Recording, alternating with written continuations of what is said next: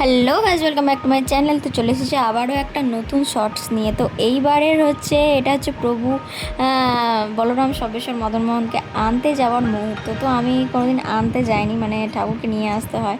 তো সেই দিন আমি গিয়েছিলাম। তো দেখতেই পাচ্ছ, আর এইটা হচ্ছে আমাদের পুরনো স্কুল, মানে যে স্কুলে আমি পড়েছি। আর এই হচ্ছে আগমন হয়ে গিয়েছে, এইখান থেকে আমরা জয়েন নেব, কারণ অনেকটা দূর থেকে এসেছে। আমরা একটু লেট হয়ে গিয়েছিল আমাদের, তো সেই জন্য দেরি হয়ে গিয়েছে। প্রথমে যাচ্ছে বলরাম, তারপরে হচ্ছে সর্বেশ্বর, তারপরে মদনমোহন। আর এক ভাই আছে শামচাঁদ, সেটা হচ্ছে হিলোরাতে থাকে। তাকে আনা খুব কষ্টসাধ্য ব্যাপার, কারণ তিন ভাই আর ওই ভাইয়ের সঙ্গে ডেট কখনো মানে খুব ম্যাচ হওয়া খুবই প্রবলেমের ব্যাপার। তো আমরা তিন ভাইকে এনেছিলাম, মানে আমাদের পাশের বাড়ি কাকু এনেছিল।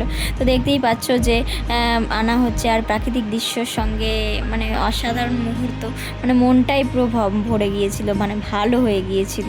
আর তারপরে ঠাকুরদেরকে বরণ করে তুলে নেওয়া হয়েছে এরকম দুধ ছেড়ানোর মাধ্যমে। আর এখানে আমাদের সেই কীর্তন, যে কীর্তন নিয়ে এসেছে, সেই কীর্তনের মহড়া বসেছিল। কিছু কীর্তন হচ্ছিল যতক্ষণ না ঠাকুরকে বাড়িতে প্রবেশ করানো হয়। তো মানে সেদিনের দিনটা অসাধারণ সুন্দর ছিল। আর এই পুচকুটাকে দেখো, কীর্তনের তালে তালে নাচছে।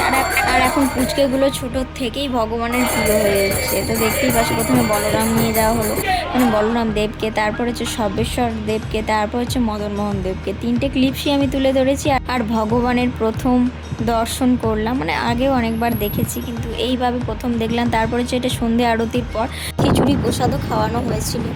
সবাই মিলে বলো বলরাম সর্বেশ্বর মদন মোহন কি জয়।